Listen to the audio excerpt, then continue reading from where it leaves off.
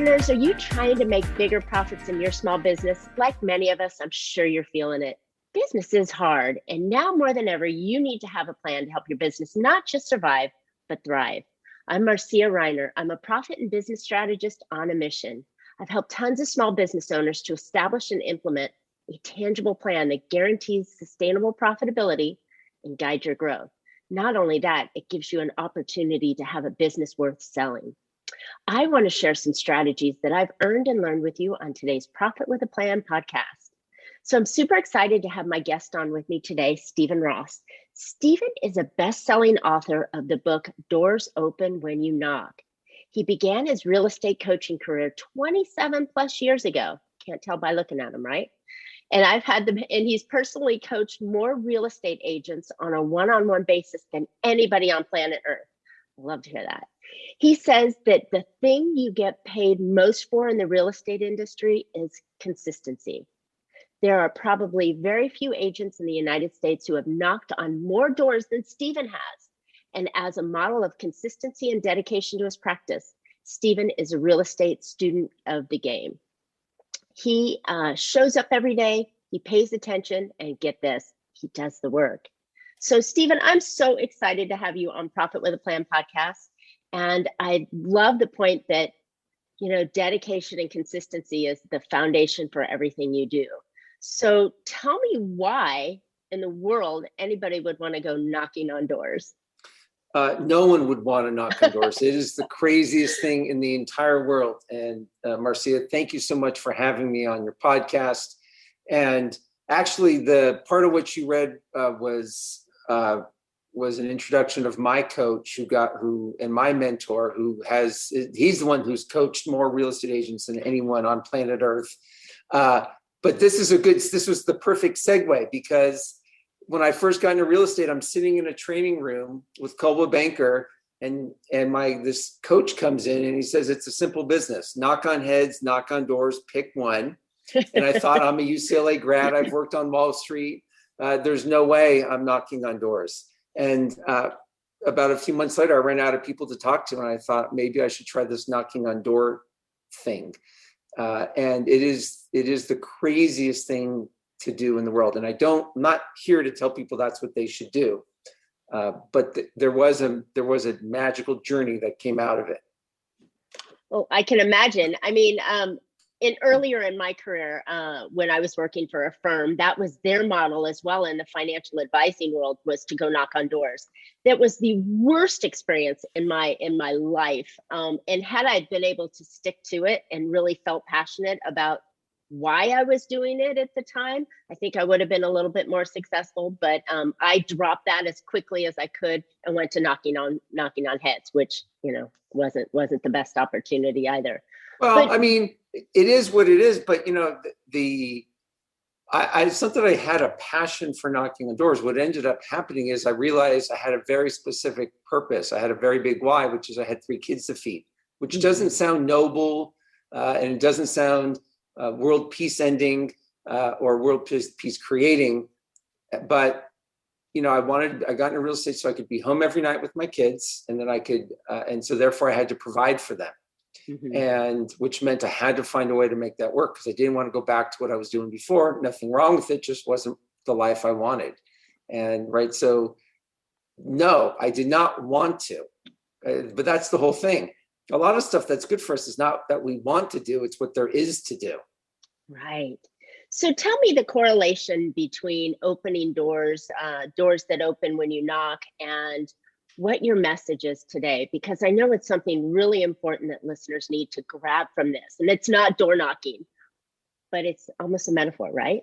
It is a metaphor, because you're right. No one is going to hear this podcast and say, yes, I'm going to go knock on doors. That's exactly what I'm going to do. No, that's not what you're going to do. But there is some metaphor there about there is some activity that we all have to take in our business, or whatever you're up to. People could be listening, maybe they have a side hustle or something like that. And the thing is, whatever it is that's most there to drive our success is probably the thing we most don't want to do, the thing we most never feel like doing. And therefore, if you want freedom and opportunity, if you want what there is to have, it's going to take something. And so the door of opportunity doesn't open by itself, right? It's not sitting there waiting for you to come by and just open magically, or us, so to speak. Yeah, that's a great point, because I always feel opportunity that only comes to you when you're prepared for it. So you've done the work and you're putting yourself in a position so then when opportunity does come, you have the chance to succeed. That's true too. That's true too. So okay, so in the work that you do, you come up with the idea that you've got to have consistency and dedication, right? Yep. So tell me more about that. Well, those are really two different things. And so which one's more important to you, being consistent or being dedicated? Well, I think both are important, because, you can't be consistent unless you are dedicated, right? Don't you think it's a one thing leads to another? It might be. That's the, let me rephrase it this way. What is the commitment, right, that we have to be consistent, and what are we committed to being consistent at? I was leading a training the other day, and someone, the training was labeled consistency, the mystical magic of consistency. And he's like, I don't know what I should be consistent at. He's like, because if I'm consistent at sitting on the couch and eating Cheetos, I'm probably not going to get where I want to go. Probably a little bigger than you probably intended as well. And, I take it for granted that people know what it is that's most important to move their business forward, because I've been doing it so long, I forget what's most important. So I guess the first thing is to be clear, what is it to be consistent at? And then secondly, what is your commitment to follow through? And the commitment, right, requires a whole other set of skills. It requires creating an environment to support that commitment. It requires having patience. There's so many other things that fall into that. Those are really good points. And talking about the consistency and the dedication that you do. Let me ask you a question though. How did you get to continue doing what you were doing in sight of not getting the results that you wanted? So I know that many of us go through and it's like, okay, I'm going to try calling on clients or knocking on doors or putting an ad someplace in marketing, and you don't really get the results that you want. How do you stay focused and continue on that path and knowing that you didn't get what you originally planned for? That is the $1 million question, isn't it? Right. And there is no simple answer, and it's probably different for everybody. And I'll give my example, and then people can relate it to themselves, because there's probably a similarity there somewhere. And that is, when I was thinking about real estate, there's nothing new or novel about selling real estate. It's been around a long time. It probably will continue to be around a long time. So I'm not I'm not creating the next mission to Mars. I'm not solving the next pandemic. I wasn't doing anything revolutionary. And at some point, I just had to have faith that the advice I was given by people who've succeeded, that talking to people works and knocking on doors is one way to do it. Mm-hmm. And it's not even necessarily the best way, but it is one way. And if you do talk to enough people, you will, even if you're not so smart and not so good, you'll just, what is it? Whatever the expression is, even a few blind squirrels find a few nuts or something like that. Right? And although that's not very inspiring, right? No one wants to be the blind squirrel who just fell in, but it is a reminder that you don't have to be the best. You just have to get going. And go ahead. No, I was going to say, I think that's the piece. It's that start, get going, get action, have the action of making the attempts or the door knocks or the phone calls to get to the clients that you want. And I think the other thing to think is, right, what's the expression, 10 years in overnight success, something like that. And I did realize that it was just going to take time. I think I'm smarter than I am. And even then, that's not going to necessarily make it go any faster. And so just settling in that I don't have to be rookie of the year. I didn't have, there was nothing to prove other than to not quit. And that if I just kept to going. feed your family as well, right? Yeah. I mean, obviously I had to sell a few houses, but it was what I settled into not too long into it was that there was a journey there, right? A lot like an endurance race. And at the time I had run a few marathons, and I just realized it's just not going to happen overnight. I mean, it'd be great if it did. That would be awesome.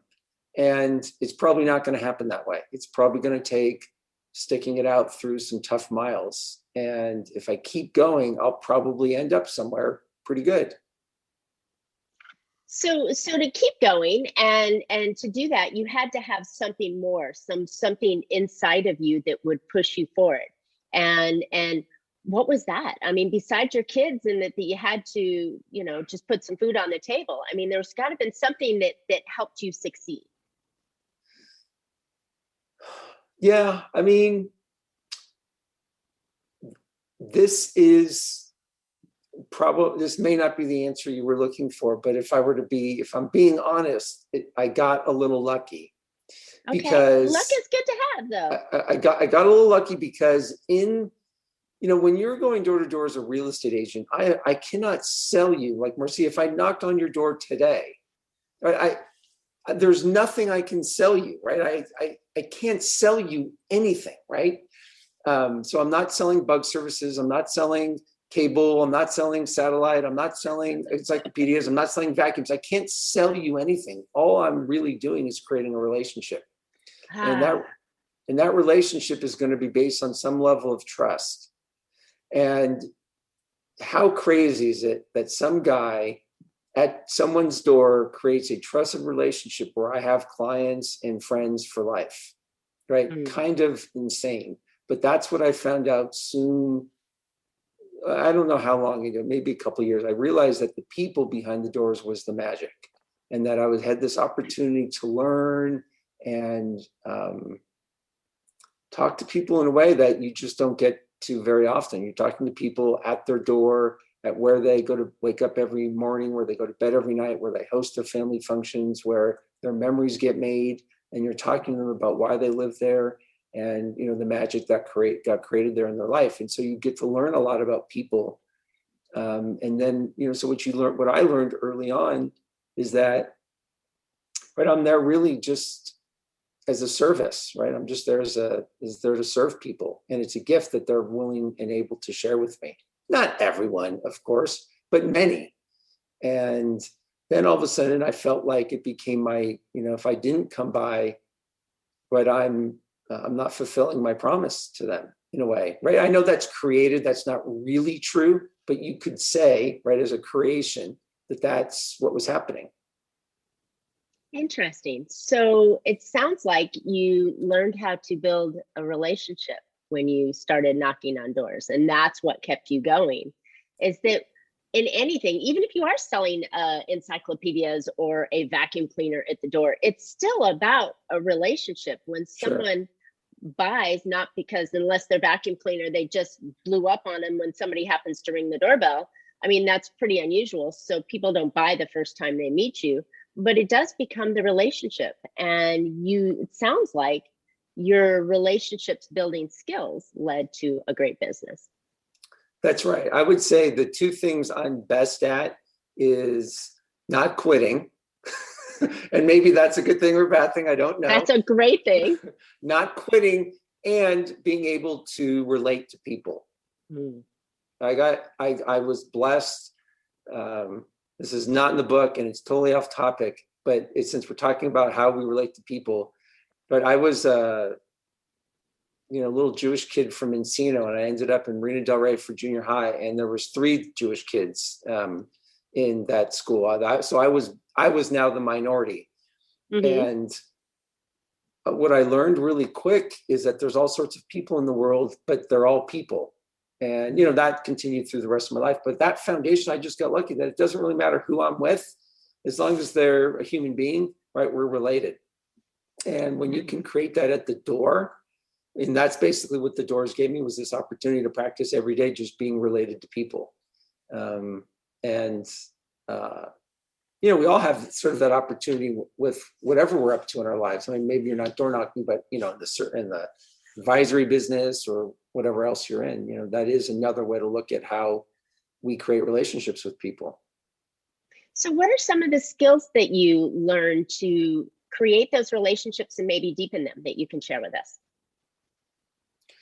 Ooh, that's like, we could be here all week talking about that. We still got time. Tell us more. Come on. I think the very first thing to get is that there's nothing to get at the door or when we're with someone. I have nothing to get from them. I'm there to give. Ooh. That is an unusual but fantastic outlook, because when you flip it around from the buyer side, if they're thinking, oh, this guy's going to get something, take something from me, or want something from me, then you get defensive. So if you're just there giving, how do the people respond to you? Yeah, I mean, their defenses are down when I'm not there to get their number. I'm not there to get their email. I'm not trying to get them to sell their house, which of course is impossible, right? I can't make someone sell their house. And, obviously I'm here to promote my own book, but, I was clear about this principle long before I'd heard about this other book called The Go-Giver, which is a short parable-based book. It is highly, I do recommend it. And, but as a real estate professional, right, there was nothing to get, right? I'm there to help people. And whether they, let me say it this way, because I do talk about it this way in the book. Here's the thing. When I knock on someone's door, here's what's going on. I have trespassed on someone's property and I have interrupted their day. Those are facts. They were not, I was not invited. So I'm armed when I get to the door, right? Right. So I early on in my door knocking career and real estate career, I realized I had three intentions at the door. One was to leave people better off than when I found them. Not like I'm a real estate messiah, right? I am not ordained, but I can, even if someone's in a cranky mood and they don't have time, say, have a great day with a smile, right? So I just smiled at them, right? I gave them positive energy. The second thing is, obviously, I'm there to feed my family. So I am looking for now business. And although people are rarely moving the day I knock on their door, the third intention, though, is to be of service. And being of service could be a number of things. It could be lending an ear. It could be you need a plumber. It could be you need another contractor, or I've helped people get jobs. I've connected quilters. I've connected all sorts of people, right? So those were my intentions. And when that's my intention, I am not there to get anything. And therefore, people are pretty open. You'd be surprised with people, just what's gotten created from those relationships. That's awesome. Okay. So now you disarm them by serving a little bit. How do you keep that relationship going if you're only in the service mode? There's got to be an opportunity to sell something somewhere down the line, right? I guess. Maybe. I mean, in a lot of real estate coaching training programs, and there are some very good ones, and a lot of that, one of them in particular talks about being in flow with people, and another brokerage talks about how many touches you touch the people in your database. And I am antisocial. I don't do parties. I'm really an introvert. Okay. I don't want to talk to people. I want to be at home drinking a cup of coffee. Or can I tell something. You picked the wrong job? I'm very clear. But what I learned is that if I just show up at everyone's door twice a year, sometimes 3 times a year, that's all I need to do to stay in flow with them. And maybe I will, over the years, I might have sent some mail, but those relationships, and this guy comes around every couple times a year. By the way, people think I'm there way more often than I am. And, I've become the trusted advisor in their mind. And so when they have a real estate need, they call me. I got a call today from a guy. I've knocked on his door, I don't know how many times. And he's like, oh, I'm thinking of selling my house, You came first of mind. Isn't first that of the mind. goal of everything, is to come first of mind? I love that. Well, congratulations on the new opportunity that you have. And that was because hence you knocked on the door and the door opened, right? Yeah. So yeah, I think that this is a wonderful conversation that people need to understand. Business owners need to understand. The goal of business is to create a customer. Whatever you sell, offer, do, the goal is to create a customer. And there's, like you said, there's so many methods, even in real estate, for you to create a customer.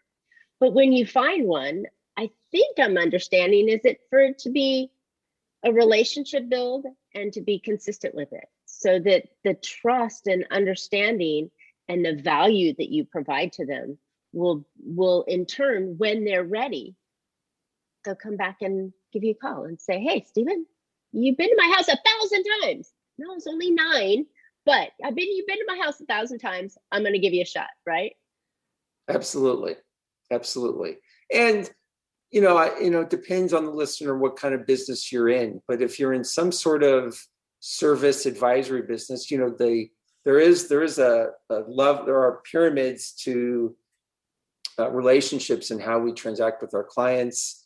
There's several books on it. I've kind of adapted a model for the real estate business that's in my book. But you could kind of say at the very bottom, there's some very basic transactions that, transactional needs. Above that, you have something based on service. Above that, you have relationships. And the very top of the pyramid is the trusted advisor. Mm. And what feeds that is your breadth of knowledge and depth of the relationship. And ultimately, when you have people where you have a trusted advisor status with, they come to you no matter what. They don't argue about your fees or prices. They know that you have their best interest at heart and you will serve them. Mm-hmm. Who doesn't want clients like that? Yes. Sign me up.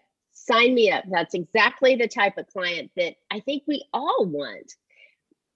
Do you feel like it has to be a long journey though? Does it have to be that you've been knocking on the guy's door for 3 years, or could it be, something? I guess timing is all in there. Do you ever consider what they're buying, what stage of buying they're in? Like you mentioned, the transactional versus the trust. I do not. When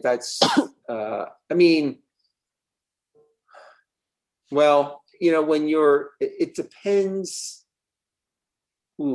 It depends in what context.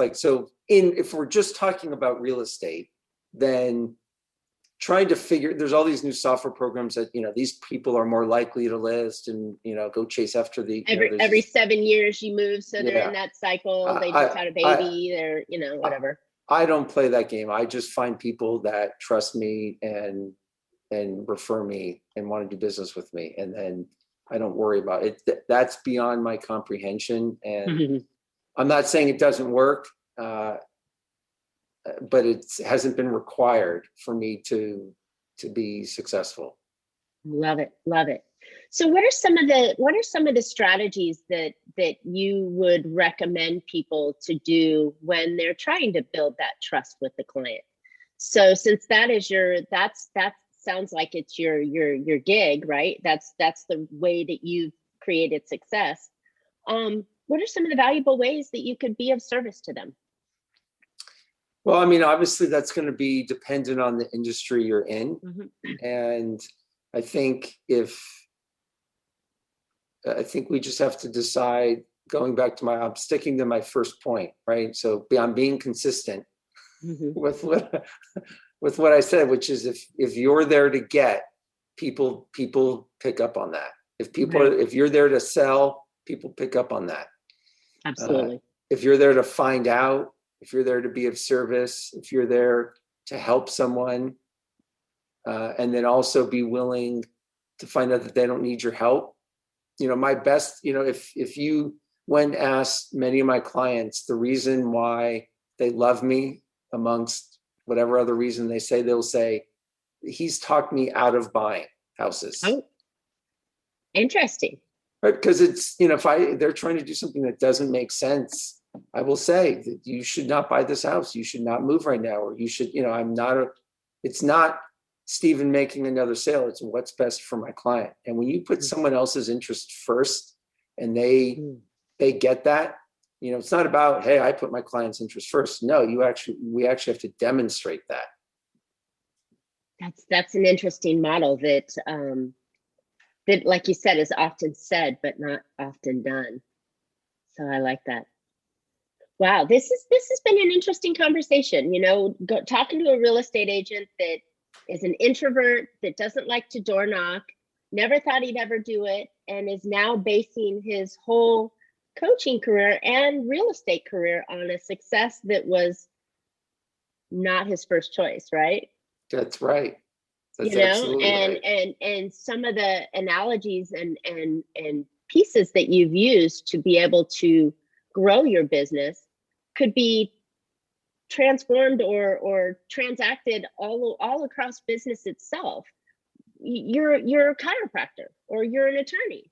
You may not need me now, but you may need me in the future. And what can I do now to make a good relationship with you, so that when opportunity does come and you are looking for someone like the guy that just called you today, you're first of mind.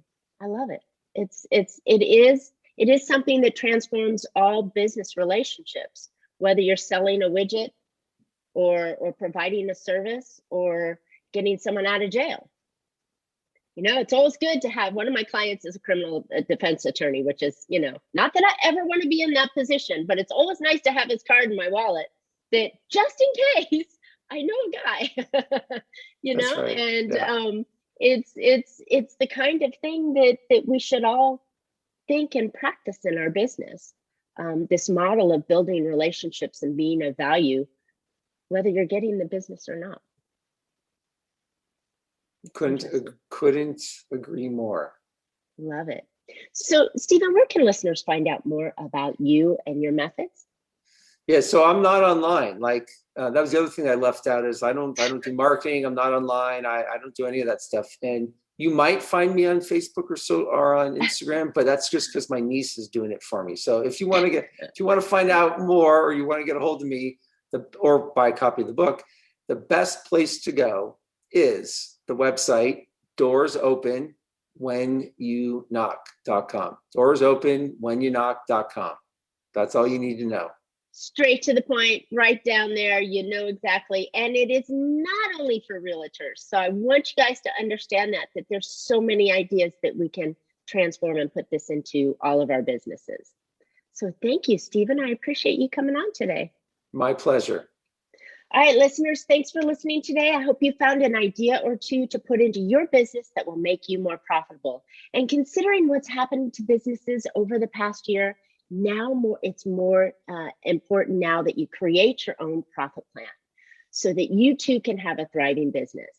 To further help my listeners, I'm hosting a webinar next Thursday where I will share 3 of my most powerful strategies to help you create a business that has thriving profit.